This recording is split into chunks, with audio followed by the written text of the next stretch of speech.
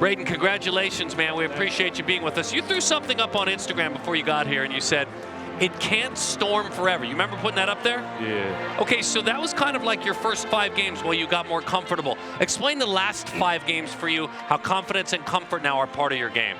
I would just say just settling in, Our first 5 games, like you said, just ups and downs. I just had to get used to the speed, and now I'm just experience, and start to get used to the speed out here, feeling comfortable. So coach is putting me in position to be successful. Team is putting me in a position to be successful. So all the credit goes to them and God, honestly. You talk about the speed, and it's interesting. I'd heard a lot about the pace you play with is so incredible. But Tommy said that maybe you needed to play faster after those first 5 games and then let your just natural instinct, your basketball talent take over. Describe that, if you would. Yeah, so just like difference between college speed and high school speed. I feel like I was playing fast for a high schooler, and I'm in college now, so I got to get used to the college speed.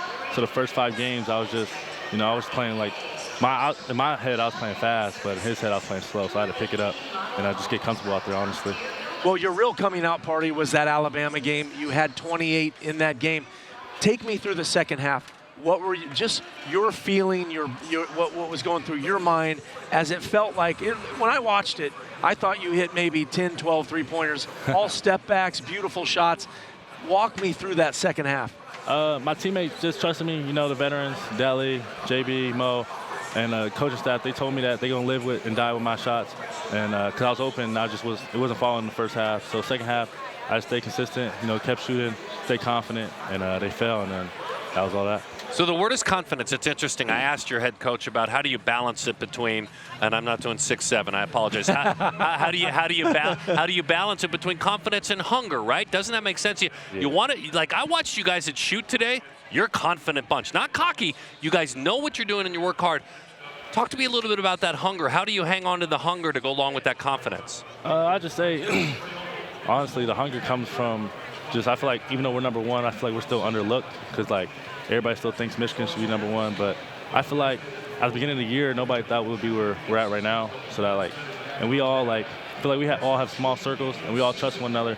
So we know that we got each other's backs. That's where the hunger comes from, honestly. And the confidence, I just think, comes from just putting in the work outside of practice, everybody, all the workouts, late nights. So that's where confidence comes from for me. I do think it's cool. I want to go back to Tommy challenging you to play faster. And I think that I always have this fun saying, let the athlete, right? I mean, just play, don't think. Did that take some of the thinking out and maybe some of the getting into the step-by-step, did that take a little bit of the thinking out and let you flow? Does that make sense? Yeah, just entering the flow state, honestly. There we go. But, yeah, like you said, just stop thinking. When you think, you start to overthink, and, you can have one turnover, and then you just think about the whole game, and it's a domino effect, honestly.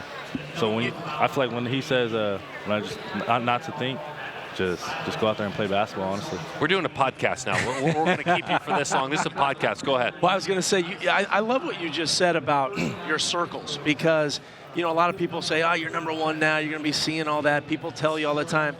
But I've been in those circles and with those teams. And, as much as you hear outside noise, talk about the circle, how much that means, and how you rely on those guys in the locker room.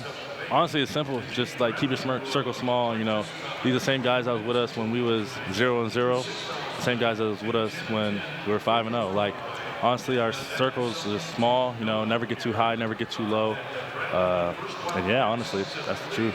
Enjoy a good meal, my friend, and congratulations. Thank you. What a great effort tonight. Incredible stuff. And boy, there's some presence there, right? I mean, there is. We've talked to him, we've met him, we've enjoyed being around him, but there's some real peaceful presence there. And it's interesting. You got him into that. And I love what Tommy Lloyd said. It's became a theme in talking to him. He actually admitted, I was playing too slow. Yeah, I know. And, watching him today, he had all the threes against Alabama. What did he do today? 9 of 11. Most of those, I think 8 of them were twos. And so he has so much game inside out. We talked about him being the backup point guard to Jaden Bradley. I'll tell you what, man, it was almost like he was, like he said, we were overlooked, right, as a team, but he's been overlooked those first 5 games. He will become, on the national stage, much more part of this story. But I don't think Arizona cares about that. I don't think Koa Pete cares about it. Jaden Bradley doesn't care. Certainly Tommy Lloyd doesn't. This is truly all about the team.